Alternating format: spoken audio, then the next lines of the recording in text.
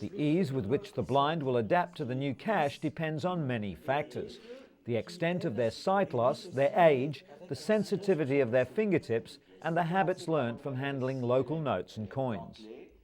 At this training session, organised by the AVH Charity for the Blind, people were introduced to the new cash using one-sided dummy euro notes and coins provided by the European Central Bank. The coins are divided into 3 groups of similar design, with markings along the circumference edge, such as grooves, alternate smooth and serrated milling. Stars and letters also help with recognition using a process of elimination. The European Central Bank and various national blind organisations have also designed euro testers, plastic euro aids with braille. To identify notes, the euro tester must be bent in half. The note is then inserted and the section of note now sandwiched between plastic is bent back over. The height to which it comes against the plastic corresponds to its worth in braille.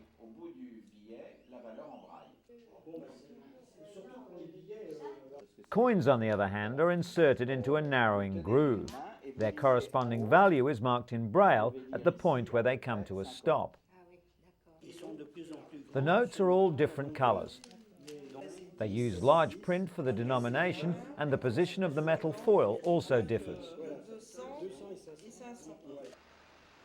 The European Blind Union also advises the use of wallets with several sections for notes and coins as an invaluable tool for blind people. This should reduce the initial confusion until people have had a chance to get used to the new currency.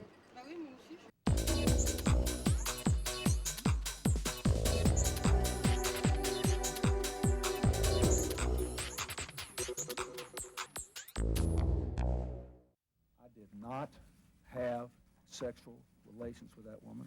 Lies. Miss Lewinsky. Sometimes they can take months of investigation and millions of dollars to uncover. But cutting-edge technology from the Mayo Clinic may finally take the mystery out of deceit. According to doctors, when someone lies, there's a sudden warming around the eyes. The new device detects these altered heat patterns using high-definition thermal imaging equipment, which picks up on the subtle metabolic changes that can occur instantaneously.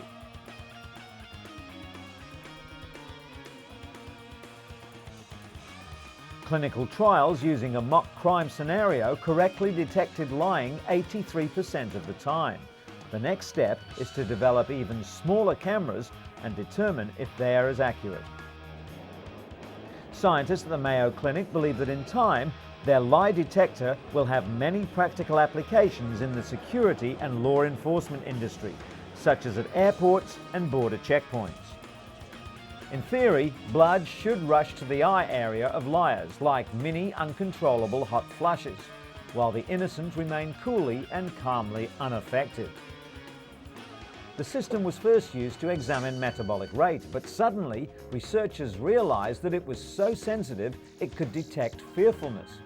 As soon as that was confirmed, they decided to see if it could detect lying as well. Experiments in which 20 people were randomly asked to stab a mannequin, rob it of $20 and then profess their innocence showed the technique to be as effective as any existing polygraph test. The thermal camera correctly identified 90% of the true innocence. While polygraph tests have long been considered too slow and cumbersome to be used for airport security, thermal imaging cameras might be a practical and reliable alternative. New technology has also come to the aid of cystic fibrosis sufferers who've been unable until now to travel far from home. CF patients like Kristen McFall are using a new medical device to fight the deadly disease. She's now able to live by herself and not depend on others for treatment. The airway clearing device is called the vest, and it helps clean the lungs of excess mucus by oscillating the chest wall repeatedly. Melody Green has had 2 double lung transplants. Unlike most transplant patients, she underwent daily chest physiotherapy to keep her lungs functional, but with the vest, it was no longer necessary. Of all the lungs donated each year, only 12% have actually been usable, but the vest was modified recently to ensure the organs were kept in optimal condition even before transplantation. And that means that more lungs will be available for patients like Melody. And an English company is offering drowsy drivers a quick fix solution to keep them alert and safe on the roads. The British Oxygen Company claims that a blast of oxygen is enough to wake the body. A driver simply pulls over for a moment and with the canister provided sprays some pure oxygen into their lungs. According to AAA, drowsy driving is to blame for 100,000 serious crashes and up to 2,000 deaths every year in the US. Oxygen does provide the body with energy, but no study has shown that it can keep a tired driver alert. Robert Sinclair from the American Automobile Association believes there's no alternative to sleep. It only takes a second or two of what's called microsleep to spin off the road. Despite the warnings, the oxygen canister will soon be on sale at a cost of $5 a can.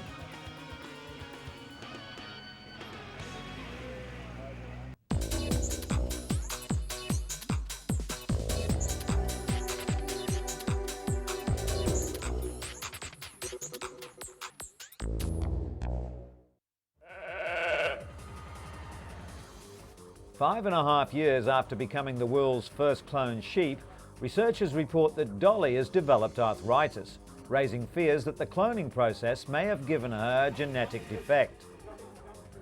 According to Professor Ian Wilmot of Scotland's Roslin Institute, Dolly developed arthritis in her left hind leg at an unusually young age.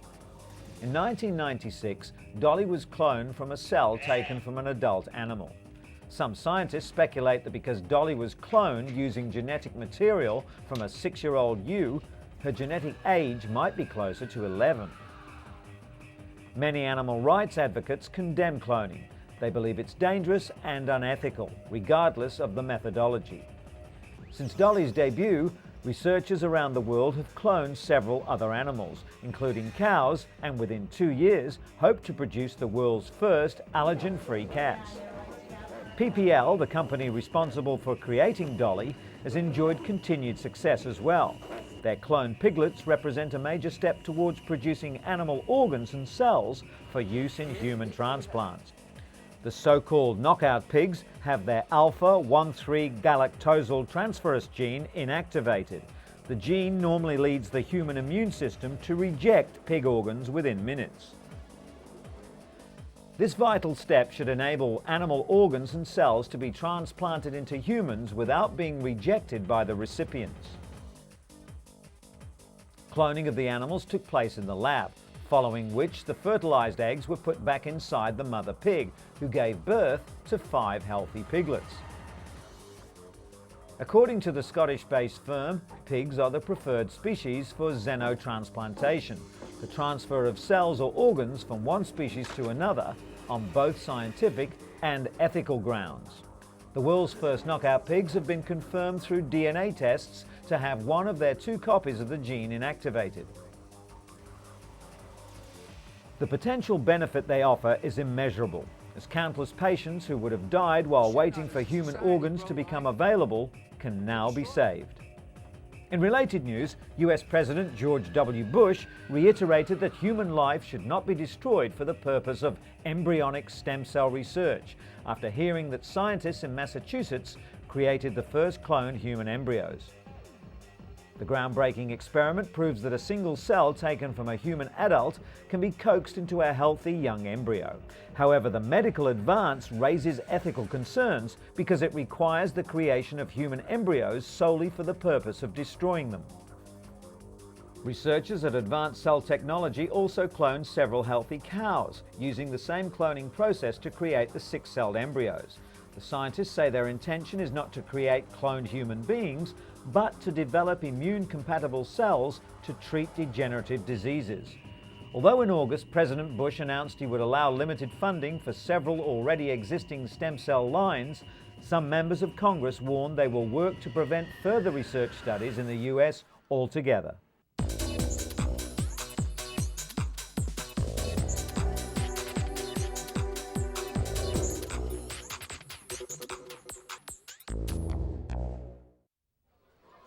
Slums are a normal part of city life in much of Africa. In Kenya's capital, Nairobi, some 3 million people, nearly 60% of the city, live in the slums. The biggest slum, Kibera, is one of the largest in sub-Saharan Africa, with an estimated population of 700,000. Lack of drainage or any proper sewer system creates numerous sanitation problems. Almost all toilets are pit latrines, not much more than a hole in the ground, used by as many as 10,000 people. While the women do their best to keep the outhouses clean, the waste ends up in the gaping sewers, leaving disease to stalk the local population. Filthy sewer water is then pumped directly into nearby streams, spreading disease to other communities along the river.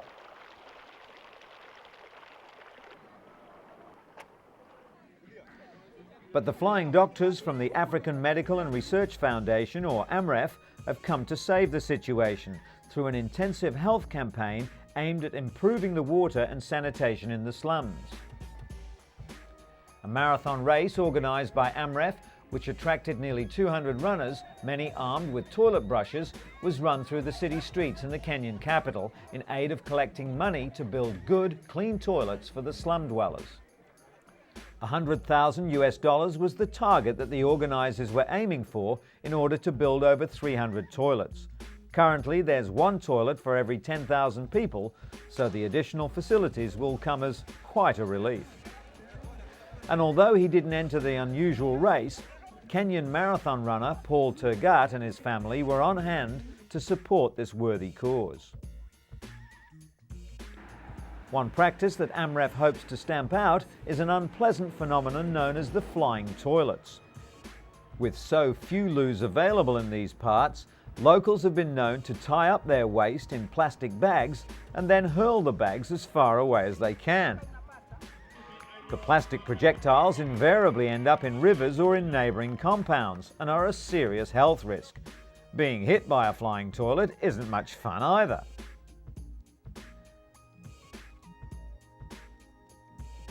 Race winner 20-year-old John Cutio told the crowd that he too comes from Kibera and will benefit as much as anyone from the day's event.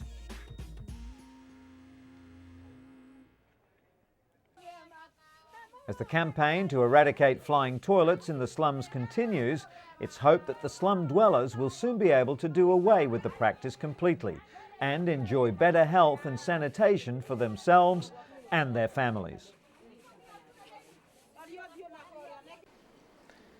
And while we're on the subject, some 200 delegates from Asia, Europe and North America took their seats recently at the World Toilet Summit in Singapore. It's something people use every day, but organisers hope to bring the taboo topic out of the water closet by swapping ideas on design, public education and sanitation. Wash your hands and always flush was the message from a mime troupe that kicked off the event with a graphic but silent demonstration of the good, the bad and the ugly in the bathroom.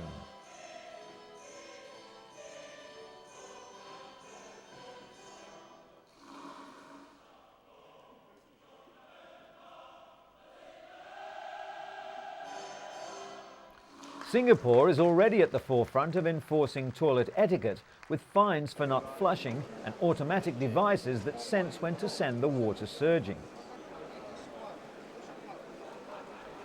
This woman's urinal from the Netherlands is contact-free. The user simply hovers over it without touching the bowl. Other exhibits included spa baths, basins, drains and bathroom fittings.